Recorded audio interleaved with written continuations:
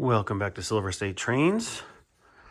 I am redoing my layout update video, so I really appreciate all of your feedback on that last set of layout update that I did.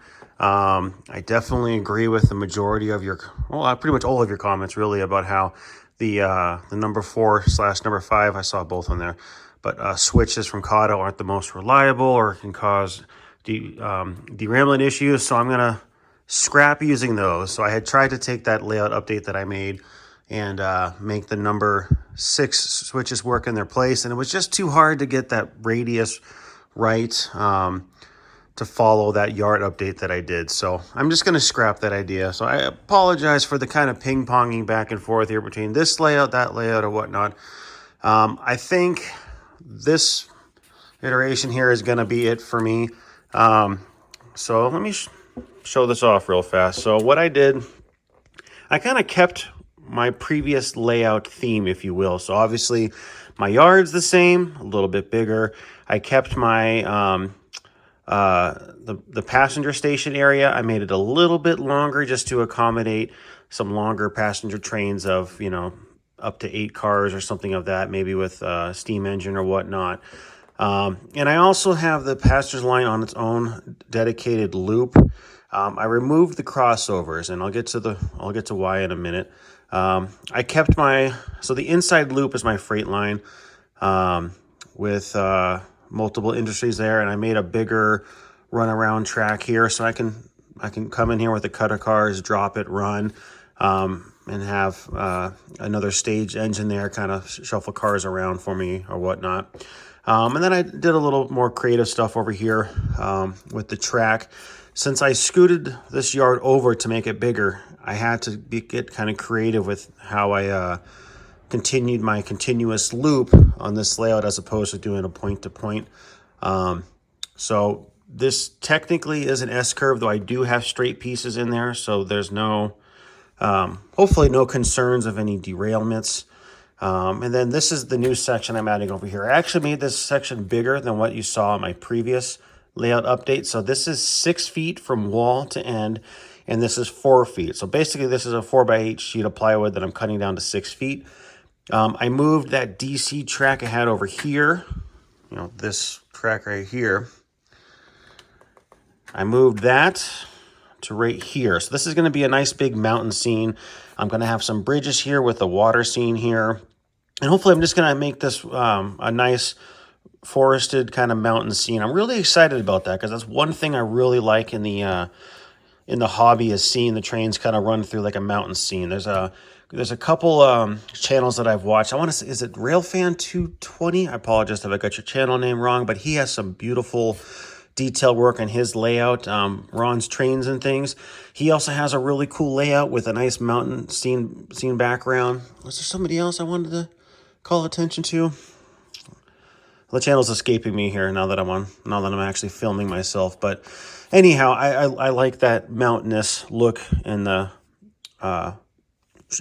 train layout. So I'm going to have some fun with it. I also have a little bridge over here. So I'm going to try to up the scenery with this layout if I can. Granted, novice, never done this before. I could have all the hopes and dreams in the world and it could look like crap. So who knows? That's my plan.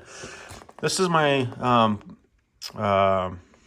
color code, if you will, what I'm going to do here. So like I mentioned in the previous layout, I am bringing back elevation. So this is going to start at 1 inch of elevation, then it's going to go to 2 inches, then 3 inches, and then end at 4 inches. So that way I'm going to have upwards of 3 inches of gain from the low to the high as far as the elevation that I'm going to have here. So I'm going to be using 2% grade. I do have a 4% kit, so I did put here, I was going to put my 4% kit here for just downward only. So my passenger line is going to run this way. And I could swap it, but I don't know if I get a 3% kit here or preferably a 2% kit. I don't know if I have enough space to get a 2% kit in here because it's going to have to climb 3 inches. So I figured a downhill 4% really wouldn't matter. Let me know in the comments if you disagree or have a difference of opinion. I'd love to hear it. So that's my plan with the passenger line. And then the freight line, I am going to be utilizing let's see here. I believe since it's only going from 2 inches down to, no, I'm sorry, I stand corrected. It's going to be going from 3 inches down to 2 inches. So yeah, it's only a 1 inch of drop. So I do, sorry for the shaky camera there. I do have an extra 3% kit. That's what I have up here. This is my 3% kit that I have. I'm missing the little very start of it. So I'm going to have to, if I use this kit, I'll have to use some joint compound or something another to build up that ramp in the beginning. Because as you can see, I'm missing the beginning there. And I don't know if you're curious, this is the tripod that I picked up. But anyhow, yeah, so I do have this 3% kit here and a 4% kit down there. Otherwise, if I'm going to purchase anything, I'm going to try to locate a 2% kit because I'd like to put a 2% right here.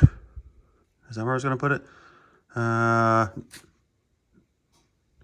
Let's see here. I'd have to check my color code. It's been minutes since I looked at this layout, but I believe I'm going to be doing the 2% down from here. So it's only going down 1 inch. So I believe I could fit a 2%, a 3%, kind of whatever grade that I want. So I'm gonna keep my camera up here. So yeah, so this is kind of my plan. Hopefully you guys like this layout design here. I know a lot of people in the hobby, maybe in, let me know your thoughts on this. Are more people into the point-to-point kind of layout designs, or do a lot of you like to do the continuous kind of layout like this? That's kind of the realm I'm in right now. With this layout being 13 feet wide, my personal thought on it is this is too small to do a point-to-point. Maybe I'm wrong, but I just don't think that I would enjoy doing the point-to-point on this layout in my current step in the journey, if you will, in this hobby. So I think I get more enjoyment out of the continuous loop here, at least for now. So, but anyhow, I'm going to start building this layout. And what I figured I would document is, so far I've spent $18. So I'm going to document how much this upgrade is going to cost. That way, if anybody's interested, maybe you currently have a layout you've had for years and you're thinking about doing an update and you're kind of curious in today's time, what does it cost to do a change? So I'm gonna document for you guys how much I'm spending, which right now, again, $18 on the wood over there. That's some of that stuff I've already had, but I've already bought some wood, so I'll keep you informed on that.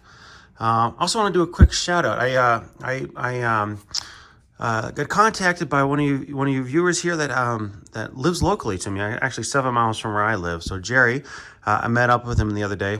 Awesome dude. He has an amazing collection. I met up with him and had a lot of fun just kind of talking trains and stuff with him. And fantastic collection that guy has, unbelievable. But yeah, so it's really cool to be able to interact with with you guys on this channel, and also sometimes in person. So again, Jerry, it was awesome meeting up with you. So yeah, with that, look for my future videos to come if you're interested on this build update. I'm also going to kind of throw out how I'm going to add the foam in here, because I need to get some more foam. So I have an idea of how I was going to do that. I could kind of show you guys if you're interested. And yeah, we'll just, hopefully I'll go from my current state of a running layout to back to a new running layout. I'm hoping I can do it in 2 months. So that way I can get back to where I am now, and I can actually start using that. Where is it? There we go. The ballast. I promise I will use you one day. I promise. But anyhow, thank you all for watching and sticking with me here as I kind of ping pong from layout to layout. I promise I will iron this out and stick with one. So, but anyhow, again, thank you all for watching. You guys have a good one.